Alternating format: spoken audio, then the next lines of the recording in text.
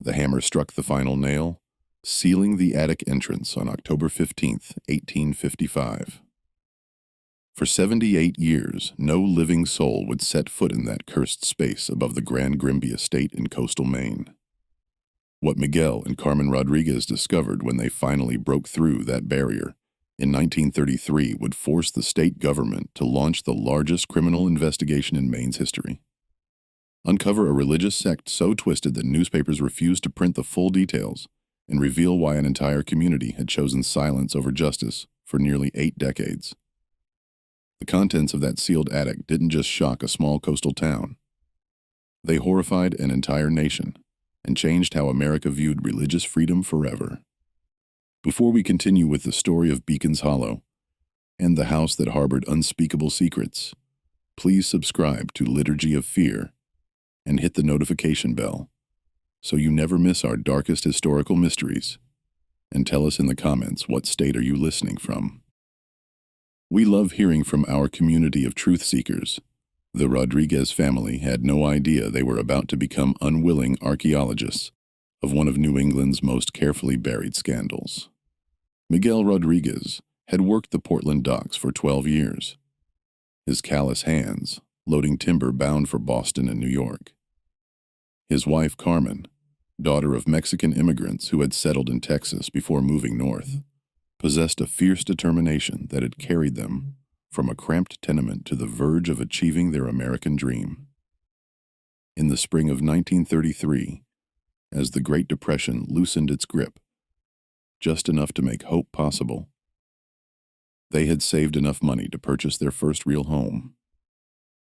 The Grimby mansion stood on a windswept bluff overlooking Casco Bay, 3 miles north of the fishing village of Beacon's Hollow, Maine, built in 1847 by Jeremiah Grimby, a lumber baron who had made his fortune in the white pine trade. The house was an imposing 3-story federal-style structure with weathered, clapboard siding and black shutters that seemed to absorb rather than reflect the weak Maine sunlight. Local real estate agent Harold Sinclair had been eager to sell the property. Perhaps too eager, Miguel would later reflect. The asking price was suspiciously low for such a grand estate, even accounting for the economic hardships of the times. The house has been empty since 1879, Sinclair had explained as they toured the dusty rooms filled with covered furniture. The Grimby family, well, they moved away rather suddenly. West, I believe. California, perhaps?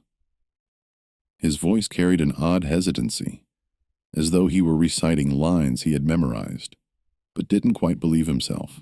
Or Carmen had fallen in love with the spacious kitchen, the formal dining room, where she could finally host proper dinner parties, and especially the library, lined with leather-bound volumes that spoke of education and respectability.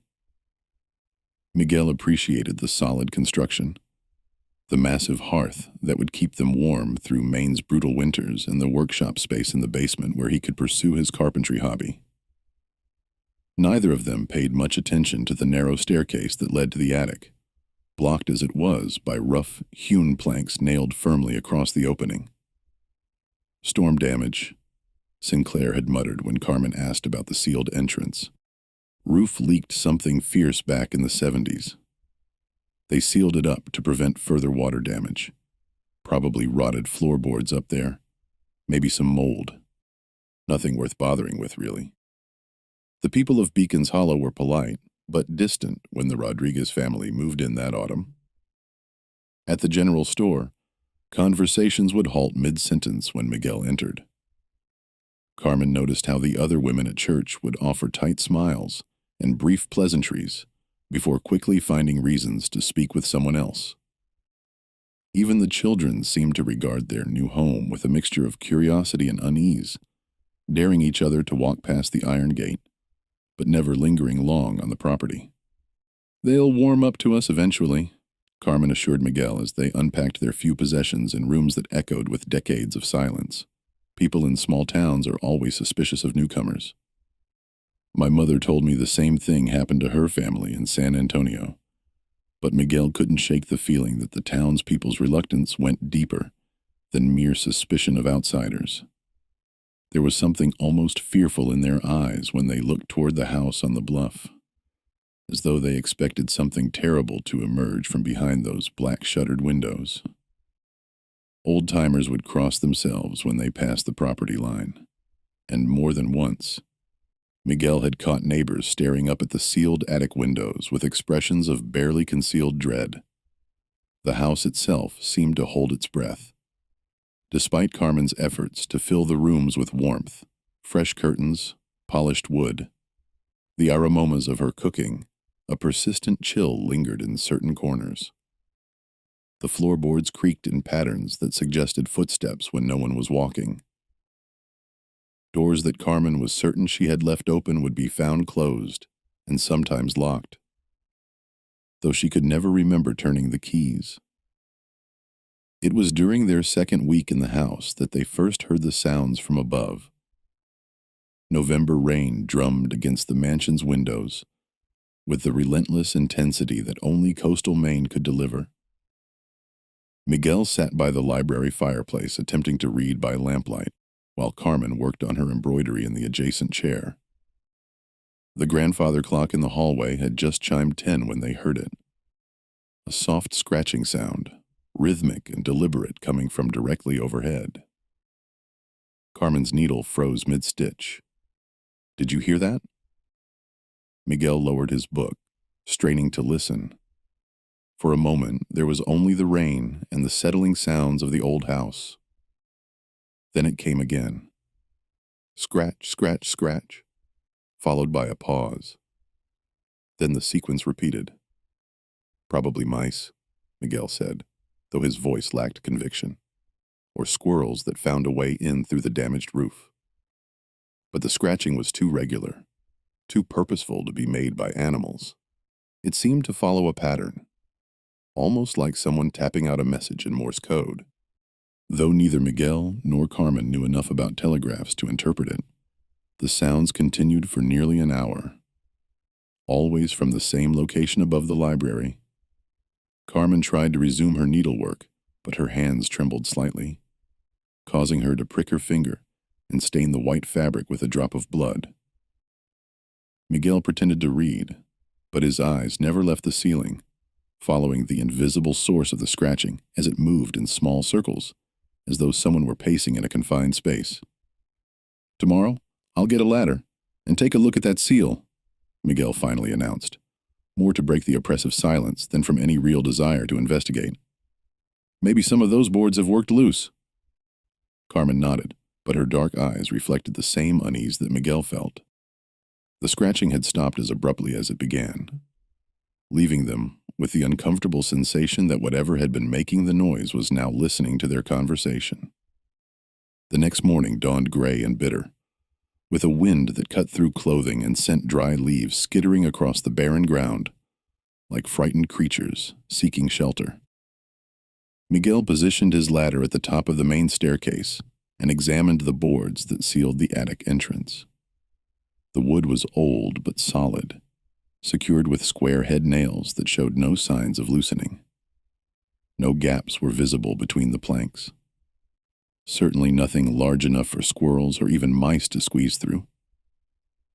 "Well," Carmen called from the bottom of the stairs. "Sealed tight as a coffin," Miguel replied, though he immediately regretted his choice of words. Something about the crude carpentry bothered him. The boards had been cut hastily without the precision he would expect from a professional carpenter. Moreover, the wood was different from the rest of the house's interior trim, rougher, cheaper, as though whoever had done the work had been more concerned with speed than appearance. As he prepared to climb down, Miguel noticed something else that made him pause. Along the edge of one board, barely visible unless viewed from just the right angle, were dark stains that looked disturbingly like dried blood. Not the rust-cold residue that might result from bleeding knuckles during construction, but deliberate droplets that had splattered and been absorbed into the wood grain. That evening, the scratching returned. This time it was accompanied by what sounded like muffled voices, not words they could distinguish, but the cadence and rhythm of human speech. Carmen clutched Miguel's arm as they sat in the parlor, both of them staring at the ceiling as though they could see through the plaster and wooden beams to whatever was trapped in the darkness above. "We should call someone," Carmen whispered. "Who? The sheriff?" Miguel shook his head. "And tell him that we think we hear ghosts in our attic." But even as he dismissed her suggestion, Miguel was already planning his next move. Tomorrow he would purchase a crowbar and pry those boards loose. Regardless of what Harold Sinclair had said about storm damage and rotted floorboards, whatever was up there, whether rats, squirrels, or something else entirely, he was going to find out. He had no idea that his decision would unleash secrets that had been festering in the darkness for nearly 8 decades. Secrets that would transform their dream home into the center of a nightmare that would haunt them for the rest of their lives. The town records proved surprisingly difficult to access.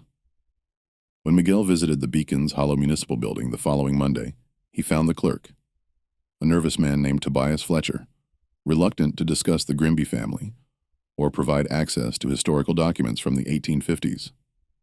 "Now, Mr. Rodriguez," Fletcher said, adjusting his wire-rimmed spectacles with shaking fingers, "you have to understand that some of those old records are in pretty poor condition. Water damage. Mice not really suitable for public viewing." But Miguel had dealt with reluctant bureaucrats before. A combination of persistence and a crisp $5 bill eventually convinced Fletcher to retrieve a dusty ledger from the basement archives. The records painted a picture of the Grimby family that was both fascinating and deeply troubling. Jeremiah Grimby had arrived in Beacon's Hollow in 1845 with his wife Rebecca and their 7 children: Ezekiel, Patience, Charity, Hope, Faith, Temperance, and little Josiah. The family appeared prosperous from the beginning, purchasing prime land and constructing their mansion with remarkable speed. Jeremiah's lumber business thrived, and he quickly became one of the area's most influential citizens, serving on the town council and contributing generously to local causes. But there were disturbing gaps in the official records. Between 1852 and 1855, 3 of the Grimby children, Charity, Hope, and Temperance, simply vanished from all documentation. No death certificates, no burial records, no mention of them moving away or marrying. They existed in the 1850 census and then disappeared from history as completely as if they had never been born. Families moved around a lot back then, Fletcher offered weakly when Miguel pointed out the inconsistency. Maybe they went to live with relatives. Disease took a lot of children in those days. But Miguel noticed that Fletcher's hands were trembling as he spoke, and the man kept glancing toward the door, as though he expected someone to burst in and catch them discussing forbidden topics. Further research revealed that Jeremiah Grimby had been involved with a religious movement called the Purification Brotherhood, a sect that had emerged from the Second Great Awakening, but had developed increasingly extreme interpretations of Christian doctrine. The group believed that physical suffering in this world was necessary to achieve spiritual purity, and that parents had a divine obligation to ensure their children's souls were cleansed through trials that would prepare them for eternal salvation. The Brotherhood had attracted followers throughout New England, but nowhere had their influence been stronger than in isolated communities like Beacon's Hollow, where traditional religious authority was weak and desperate people were susceptible to charismatic leaders who promised certainty in uncertain times. Jeremiah Grimby had become the C's most prominent supporter in coastal Maine, hosting meetings in his mansion and contributing substantial sums to their cause.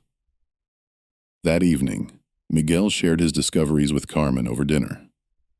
She listened with growing alarm as he described the missing children and the Purification Brotherhood's extremist beliefs.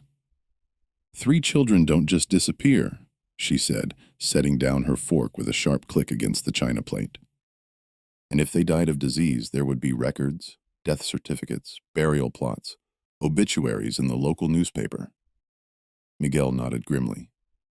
I checked the cemetery records, too. No Grimby children buried there after 1851. Carmen's eyes drifted toward the ceiling where the scratching sounds had resumed their nightly pattern. Miguel, what if those aren't animal sounds? What if? She didn't finish the sentence, but Miguel understood. The same terrible possibility had occurred to him as he read about the missing children and their father's involvement with religious extremists who believed suffering purified the soul. The scratching sounds came from the same area every night, always above the library, always in the same circular pattern, always starting around 10 o'clock and continuing for exactly 1 hour, before stopping with unnatural abruptness that night as they lay in bed, listening to the familiar scratching overhead. Carmen whispered a question that would haunt Miguel's dreams. What if they never left the house? The next morning brought an unexpected visitor. Dr. Edmund Hartwell, the town's elderly physician, appeared at their door carrying a leather medical bag and wearing an expression of profound discomfort. He was a tall, gaunt man with white hair and pale blue eyes that seemed to hold decades of carefully guarded secrets. Mr. and Mrs. Rodriguez, he said, removing his hat with ceremonial politeness. I wonder if I might speak with you about your house, about the Grimby family. Carmen invited him into the parlor, where he accepted a cup of coffee but didn't drink it. Instead, holding the cup as though he needed something to occupy his hands while he spoke. I was a young man when the Grimsbickies lived here. Dr. Hartwell began, his voice barely above a whisper. Just starting my medical practice. I was called to this house several times during those years, and what I witnessed. He paused, seemingly struggling with himself before continuing. There are things a man sees that he wishes he could forget. Things that stay with him for 70 years, eating at his conscience like cancer. Miguel leaned forward in his chair. What kind of things, doctor? The old man's hands trembled as he sat down, his untouched coffee. The Grimby children were often ill, malnourished, covered in welts and burns that Rebecca claimed were accidents, though no child could be so consistently careless. Jeremiah explained their condition as necessary discipline, purification rituals mandated by their faith. He quoted scripture to justify practices that would horrify even the most hardened criminal. Carmen felt a chill that had nothing to do with the November weather. What happened to the missing children, doctor? Dr. Hardwell closed his eyes as though the memory was too painful to face directly. I was called here one final time in October of 1855. Rebecca Grimby was hysterical, claiming that Jeremiah had finally achieved the divine revelation he had been seeking. She led me upstairs to the attic where his voice broke completely. When he continued, it was in a whisper so soft they had to strain to hear him. There are sins so terrible that God himself turns away in revulsion. What Jeremiah Grimby did to his own children in the name of salvation. No parent, no human being should be capable of such cruelty. Dr. Hartwell stood abruptly, as though he could no longer bear to remain in the house where those horrors had unfolded. The town leaders decided it was best to seal away what had been done, to let the dead rest, and protect the living from knowledge that would serve no purpose, except to spread more pain. But you have a right to know what you've bought. You have a right to make your own choice about whether to let sleeping devils lie. As he reached the door, the old doctor turned back one final time. Whatever you decide to do, be careful. Some doors once opened can never be closed again. The doctor's visit changed everything. What had begun as curiosity about strange sounds in their new home had transformed into a moral obligation to uncover the truth about the Grimby children. Miguel could no longer pretend that the scratching sounds were made by animals. and Carmen found herself unable to sleep in a house where children had suffered unimaginable torment. They spent the following days researching everything they could find about the Purification Brotherhood and its practices. The Portland Public Library yielded disturbing accounts of the sex activities throughout New England. Members believed that children were born tainted by original sin and required increasingly severe purification rituals to achieve spiritual cleansing.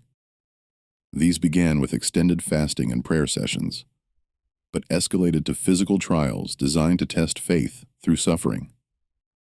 Contemporary accounts describe children being forced to kneel on dried corn kernels for hours while reciting prayers, being subjected to ice baths in winter to freeze out impurities, and enduring ceremonial beatings with switches blessed by sect leaders.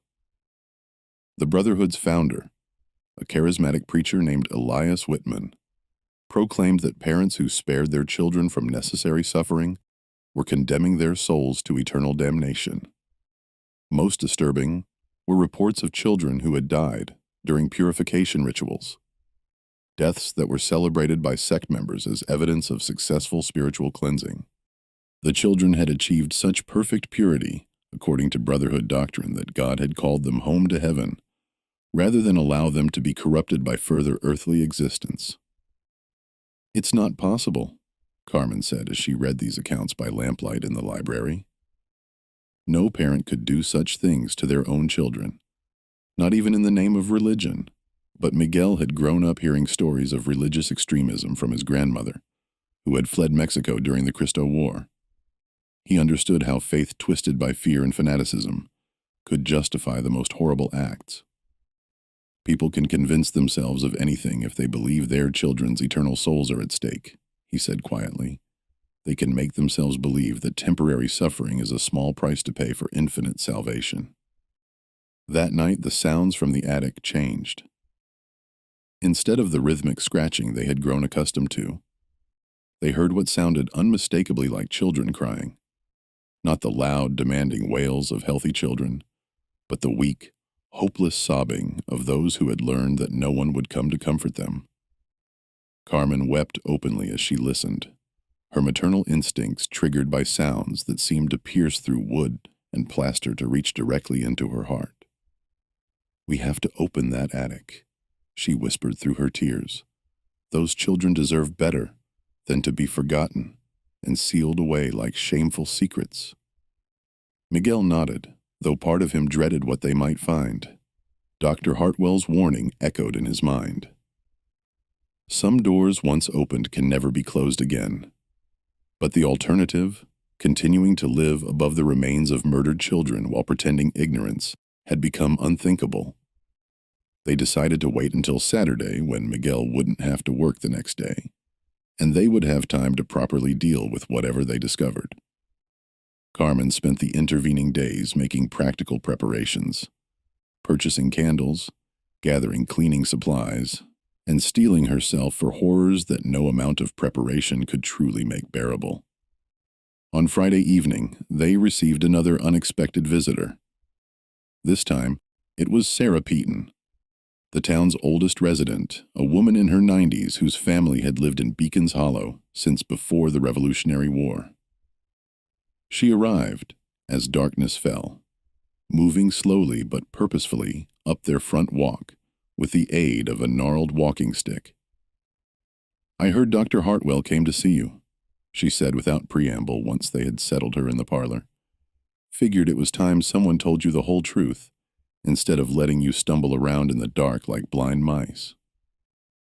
Sarah Peaton had been 16 years old in 1855, old enough to understand what was happening at the Grimby house, but too young to do anything to stop it. Her account of those final months filled in details that made the tragedy even more horrifying. Rebecca Grimby wasn't always mad, the old woman explained, her voice carrying the weight of decades. When they first came to town, she was a normal mother who loved her children. But Jeremiah, he had a way of twisting scripture that made evil sound righteous. He convinced her that their children were especially blessed, chosen by God for a special purpose that required them to suffer as Christ had suffered. The transformation had been gradual. First came the excessive religious instruction. Children forced to memorize entire books of the Bible and recite them without error. Then the fasting justified as preparation for spiritual visions. Then the physical trials designed to build character and strengthen faith. The other children in town were forbidden to play with the Grimby young ones. Sarah continued, "Our parents said they were touched by holiness and not suitable companions for ordinary children. Really, they were afraid. Afraid of what Jeremiah might do if we saw too much. Afraid of being accused of interfering with God's will." By 1854, the surviving Grimby children had become ghostly figures who rarely left the house and never spoke when they encountered other people in town. Their clothes hung loose on increasingly thin frames, and their eyes held a haunted quality that disturbed even the adults who glimpsed them. "The last time I saw little Temperance," Sarah whispered, tears flowing down her weathered cheeks. She couldn't have weighed more than 40 pounds, and she was 12 years old. She looked at me with those hollow eyes and mouthed the word help. But there was nothing a 16-year-old girl could do against a man like Jeremiah Grimby. The end had come in October 1855, during what Jeremiah called the final purification. He had announced to the remaining members of the Purification Brotherhood that God had revealed to him the ultimate test of faith, a ritual that would guarantee his children's immediate ascension to heaven. The ceremony was to take place in the mansion's attic, which Jeremiah had converted into a sacred space for the most important religious observances. 3 children went up to that attic on October 14th, Sarah said, her voice breaking. None came down alive. Jeremiah claimed it was a miracle, that his children had been taken directly to heaven without experiencing death. Rebecca couldn't speak coherently after that. She just rocked back and forth, holding her remaining children and whimpering like a wounded animal. The town leaders had faced an impossible choice. Jeremiah Grimby was wealthy, influential, and technically within his legal rights as a parent to discipline his children as he saw fit. The concept of child abuse as a criminal matter didn't exist in 1855 law.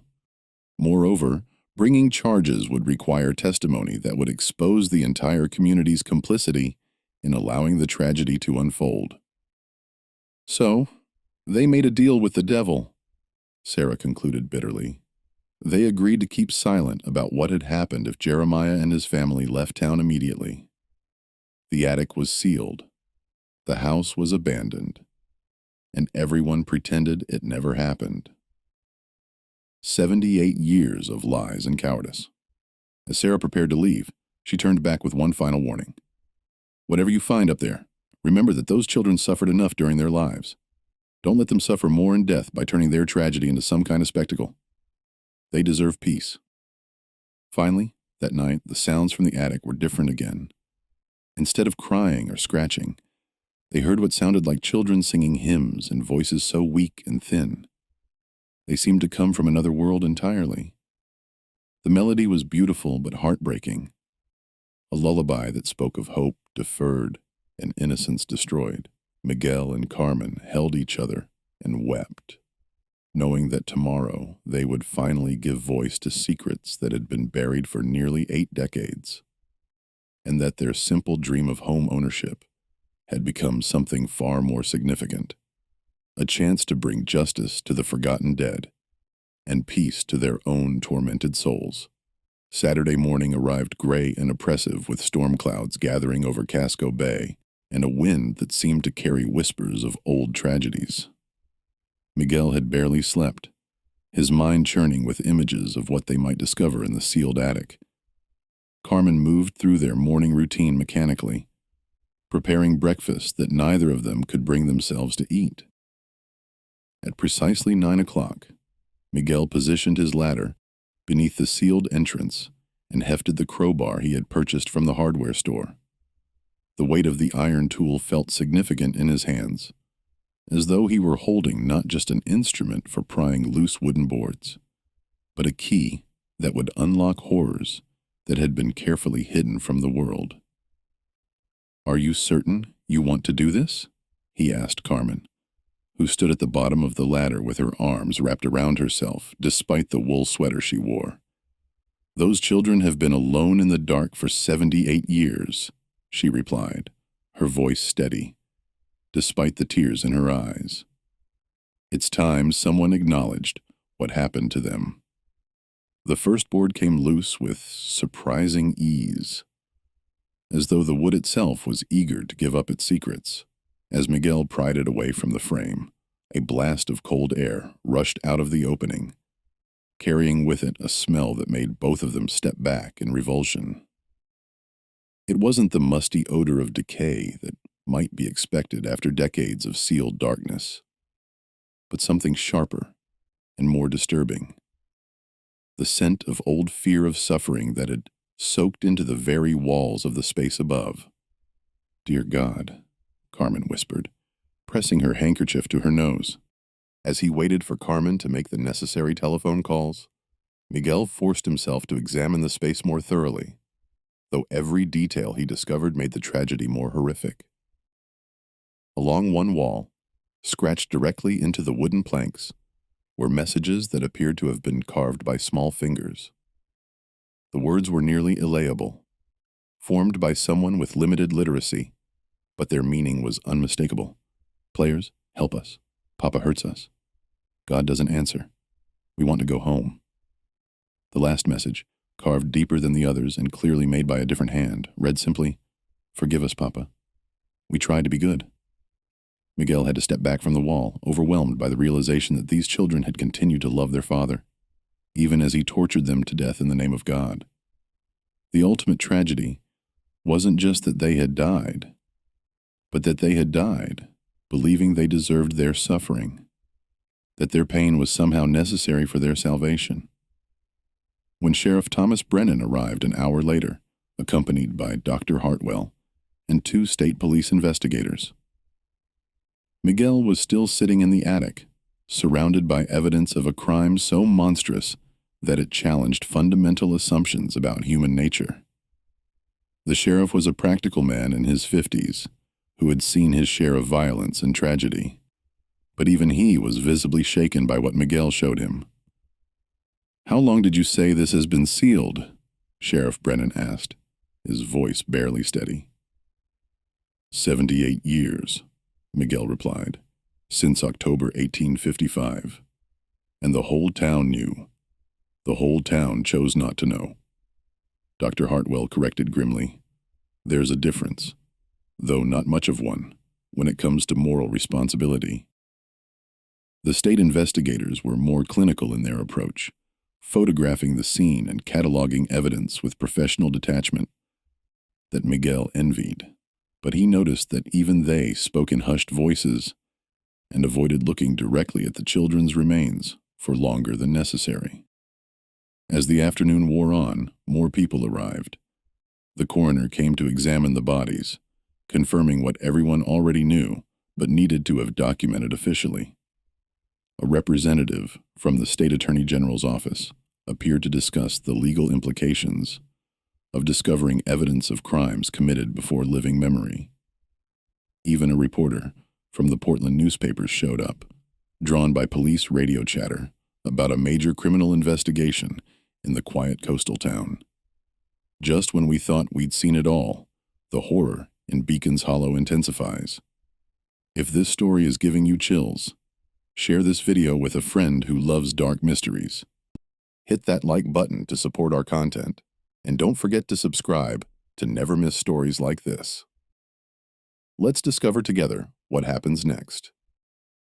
By evening, the Grimby mansion had become the center of a media storm that would eventually reach newspapers across the country. But for Miguel and Carmen Rodriguez, the attention was secondary to a more immediate concern. They were now living in a house where 3 children had been murdered, and they had to decide whether they could continue to call it home. The discovery that would change everything came on the third day of the investigation, when state archaeologist Dr. Patricia Henley made a finding that shocked even the hardened investigators who had been documenting the attic crime scene. While carefully excavating around the children's remains, she uncovered a metal box that had been hidden beneath the floorboards, a container that held documents which revealed the full scope of the Grimby family's descent into madness. The box contained Rebecca Grimby's personal diary, written in a careful feminine hand that gradually deteriorated over the months leading up to the final tragedy. The early entries painted a picture of a devoted mother struggling to understand her husband's increasingly extreme religious convictions. March 15, 1853. Jeremiah says the children must fast for 3 days to prepare their souls for the coming purification.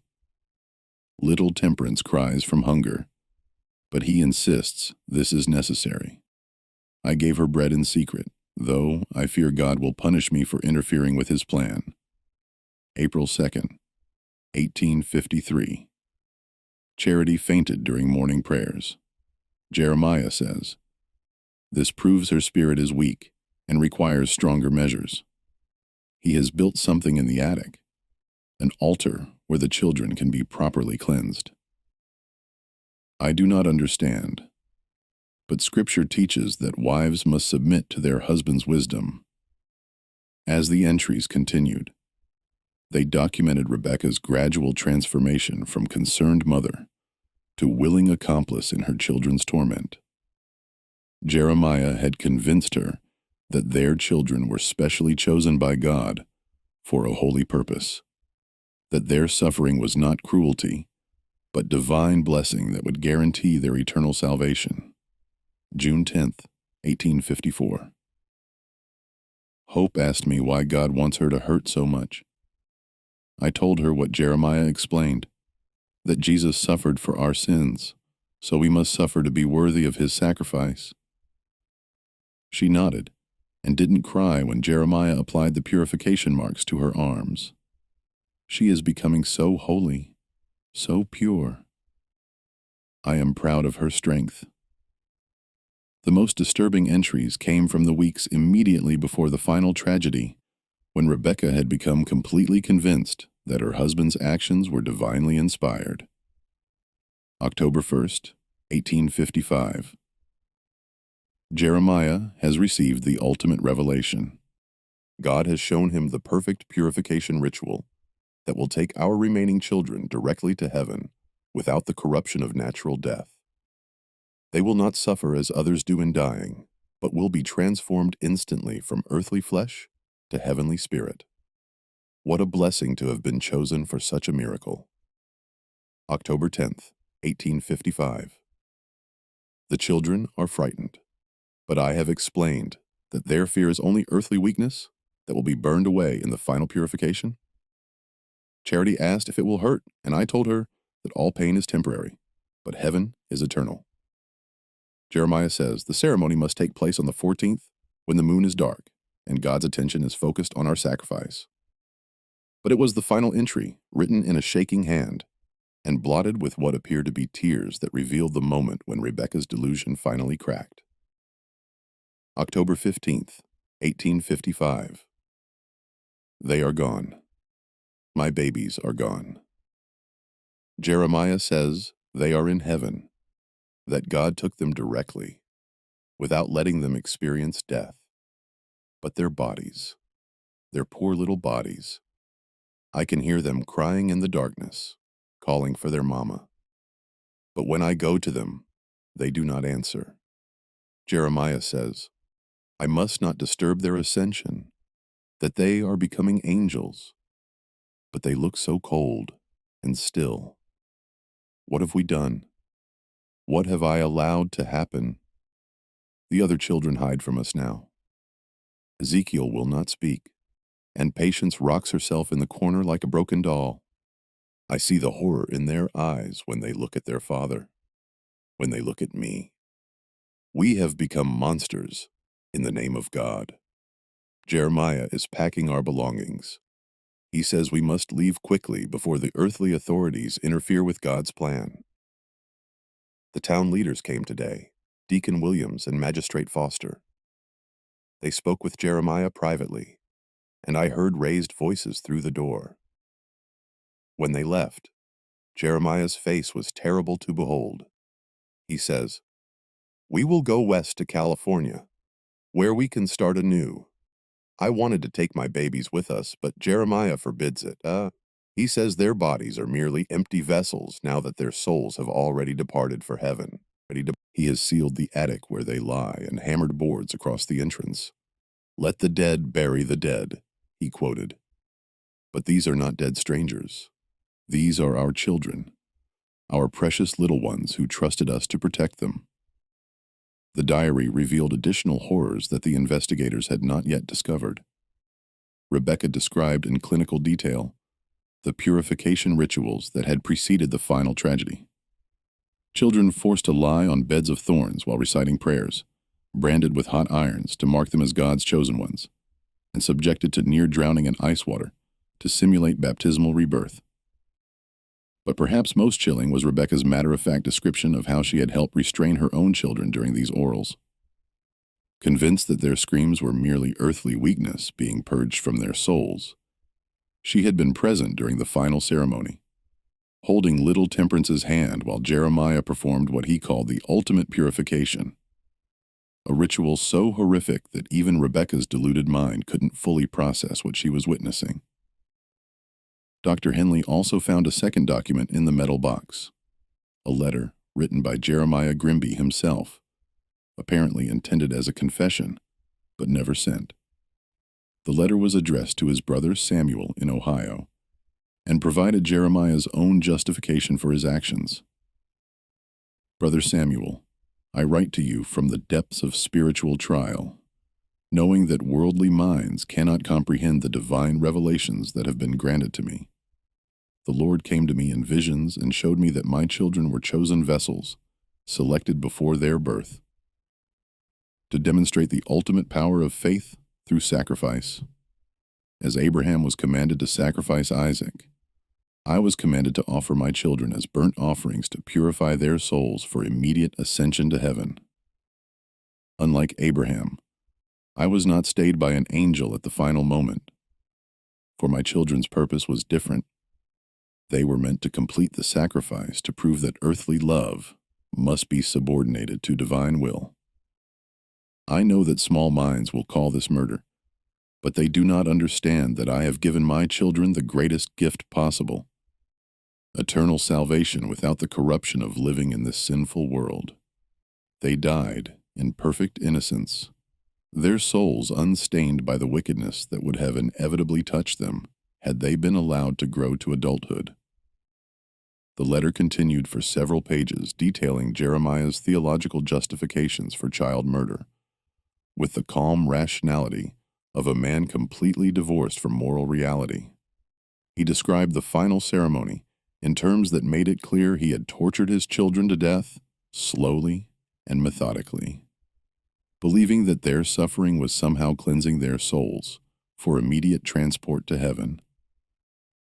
The most disturbing aspect of Jeremiah's confession was his complete lack of remorse. He wrote about his children's deaths the way another man might describe a successful business transaction, focusing on the spiritual benefits they had gained rather than the agony they had endured. He even expressed gratitude to God for choosing him as the instrument of his children's salvation, viewing himself as a blessed prophet rather than a murderer. When the contents of both documents were read aloud to the assembled investigators, the silence in the Grimby mansion was profound and terrible.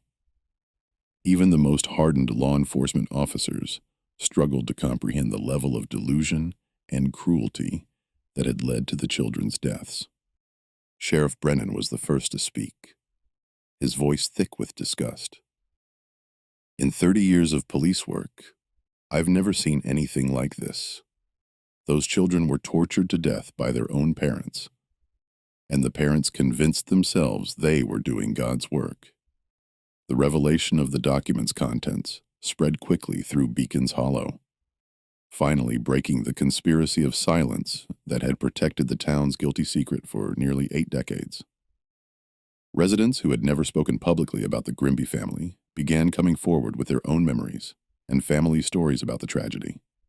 Margaret Sinclair, the elderly aunt of real estate agent Harold Sinclair, admitted that her family had known the truth about the sealed attic for generations. "My grandfather was one of the town leaders who made the deal with Jeremiah Grimby." She confessed to investigators. He carried the guilt of it to his grave, but he said they had no choice. The law couldn't touch Jeremiah for disciplining his own children, and bringing the truth to light would have destroyed half the families in town who had watched it happen and done nothing. Other residents revealed that the conspiracy of silence had been maintained through a combination of shame, fear, and pragmatic self-interest. Many of the town's founding families had been complicit in allowing the tragedy to unfold, either through direct participation in the Purification Brotherhood or through willful blindness to the children's suffering. Exposing the truth would have meant admitting their own moral failures, so they had chosen to bury the evidence and hope it would remain hidden forever. The investigation also revealed that Jeremiah Grimby had never made it to California. Railroad records showed that he, Rebecca, and their 4 surviving children had purchased tickets to Chicago, but they had never arrived at their destination. Further investigations suggested that Jeremiah had abandoned his family somewhere in the wilderness of the Western Territories, leaving Rebecca and the children to fend for themselves with no money, no skills, and no support system. Rebecca Grimby had been found dead of exposure near a railroad station in Nebraska 3 months after leaving Maine. Her 4 surviving children scattered to various orphanages, where they had lived under assumed names to escape the shame of their family's history. The children had never spoken about what they had witnessed in the Grimby attic, taking their trauma to unmarked graves in Potter's Fields across the American frontier. As the full scope of the tragedy became clear, Miguel and Carmen Rodriguez found themselves at the center of a national media storm.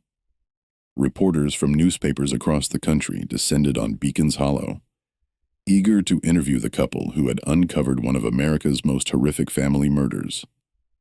The story of the sealed attic and the children who had died there captured the public imagination, sparking debates about religious extremism, parental rights, and community responsibility that would continue for decades. But for Miguel and Carmen, the media attention was secondary to a more personal struggle. They had purchased their dream home only to discover that it had been the site of unimaginable cruelty. Every room in the house now carried the weight of tragedy, and they found it impossible to forget that 3 children had suffered and died directly above their heads. The question that haunted them both was simple, but impossible to answer. How could they continue to live in a place where such horrors had occurred? Yet how could they abandon the house when doing so would mean abandoning the memory of the children who had died there?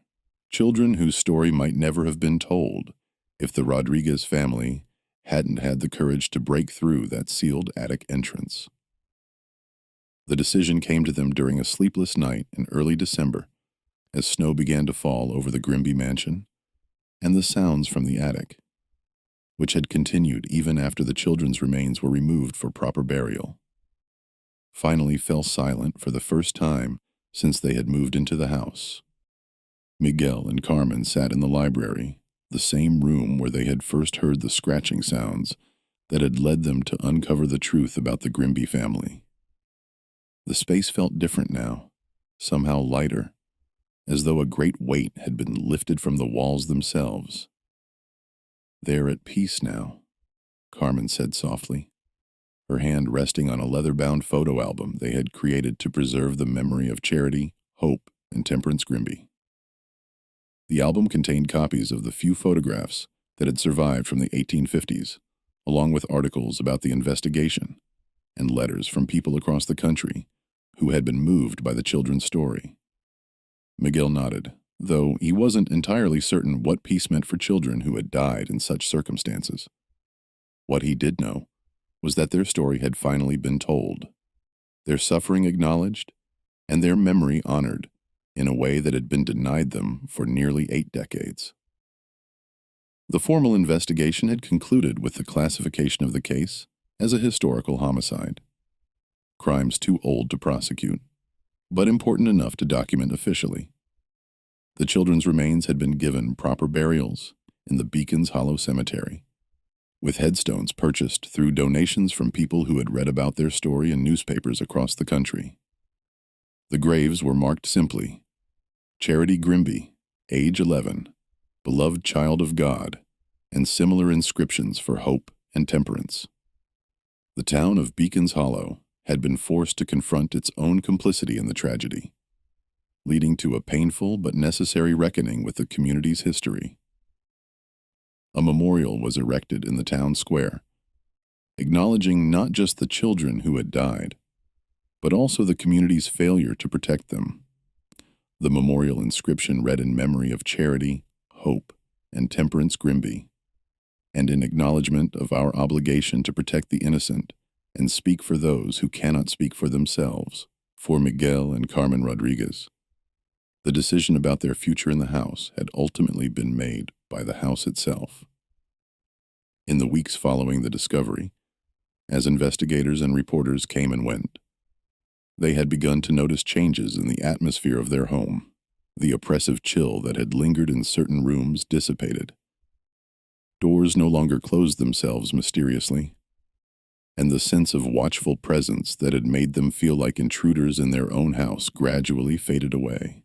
More importantly, they had begun to see their role not as homeowners who had stumbled onto a terrible secret, but as guardians of a memory that needed to be preserved. The Grimby mansion would never be just a house again. It had become a monument to the 3 children who had died there, and to the importance of speaking truth about injustice, even when that truth was uncomfortable or inconvenient. Miguel converted part of the basement into a workshop, where he crafted wooden toys that he donated to local orphanages, his way of honoring children who had been denied the simple pleasures of childhood.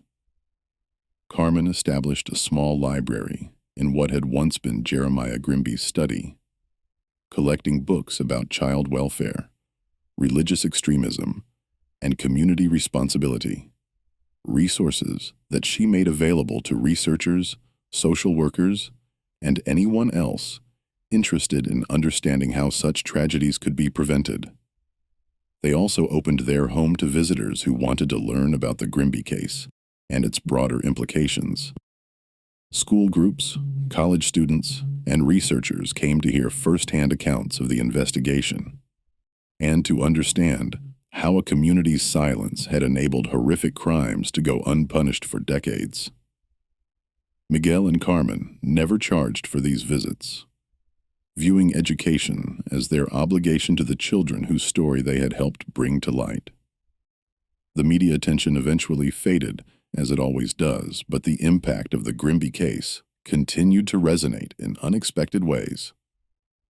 The story inspired changes in child protection laws in several states, contributed to academic research on religious extremism in American history, and became a case study used in social work programs to illustrate the importance of community intervention in cases of suspected child abuse. On the first anniversary of their discovery, Miguel and Carmen held a memorial service in their home for the Grimby children.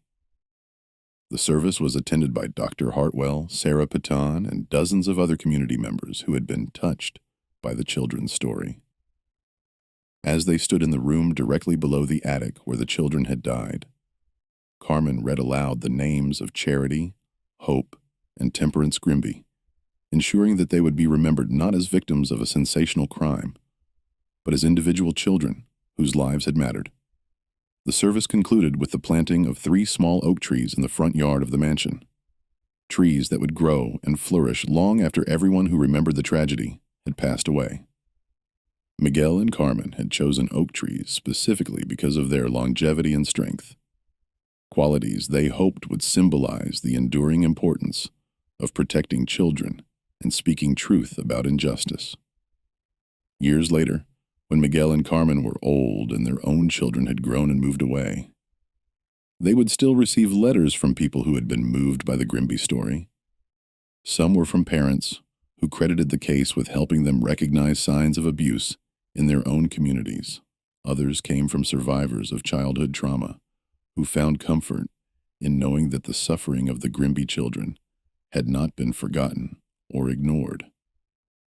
But perhaps the most meaningful correspondence came from a genealogist who had tracked down descendants of Ezekiel Grimby, one of the surviving children who had been scattered to orphanages after Rebecca's death.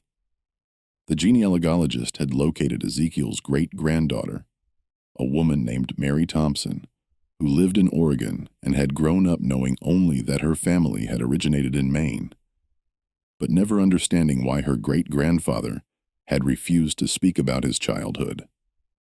When Mary Thompson learned the truth about her family's history, she made the journey to Beacons Hollow to visit the memorial and pay her respects to the great aunts she had never known existed. She spent an afternoon with Miguel and Carmen, sharing what little she knew about Ezekiel's later life, and expressing gratitude that someone had finally given voice to her family's buried tragedy. "My great-grandfather never spoke about his childhood," Mary explained as they sat beneath the oak trees that had grown tall and strong in the years since the memorial service. "But he had nightmares his entire life, and he could never bear to hear children crying. Now I understand why. He carried the weight of what he had witnessed, the guilt of being one of the survivors for 80 years without ever being able to share that burden with anyone." As the sun set over Casco Bay on that autumn evening, Miguel and Carmen Rodriguez reflected on the strange path that had brought them from Mexican immigrants, seeking the American dream, to guardians of one of America's darkest family secrets. They had never intended to become crusaders for justice or advocates for forgotten victims, but sometimes history chooses its own chroniclers. The Grimby mansion still stands today, though Miguel and Carmen have long since passed away. Their children donated the house to the state of Maine, which operates it as a historical site and educational center focused on child welfare and community responsibility. Visitors can tour the restored rooms, learn about the investigation that brought the truth to light, and see the attic where 3 children died in the name of misguided faith. The memorial in the town square has been expanded over the years to include the names of other children who died from abuse or neglect in the region. A reminder that the Grimby case was not an isolated incident, but part of a larger pattern of violence against the vulnerable that continues to this day. The inscription now includes a quote from Miguel Rodriguez, spoken during one of his last public interviews about the case. "The dead cannot speak for themselves, so we must speak for them. And we must listen when the living cry out for help, so that future generations will not have to uncover more sealed attics filled with the bones of forgotten children." This mystery shows us that evil often hides behind the mask of righteousness, and that communities have a moral obligation to protect their most vulnerable members, even when doing so is difficult or uncomfortable. The silence that protected Jeremiah Grimby and enabled the deaths of his children was not broken by authorities or religious leaders or other adults with power, but by a young immigrant couple who refused to accept that some secrets are better left buried. What do you think of this story? Do you believe everything was revealed? Or are there still secrets hidden in the shadows of small communities across America? Leave your comment below and share your thoughts about how we can better protect children today. If you enjoyed this tale and want more horror stories that shed light on real historical tragedies, subscribe, hit the notification bell, and share with someone who loves mysteries that matter. See you in the next video where we'll explore another dark chapter from America's hidden past. That's all right.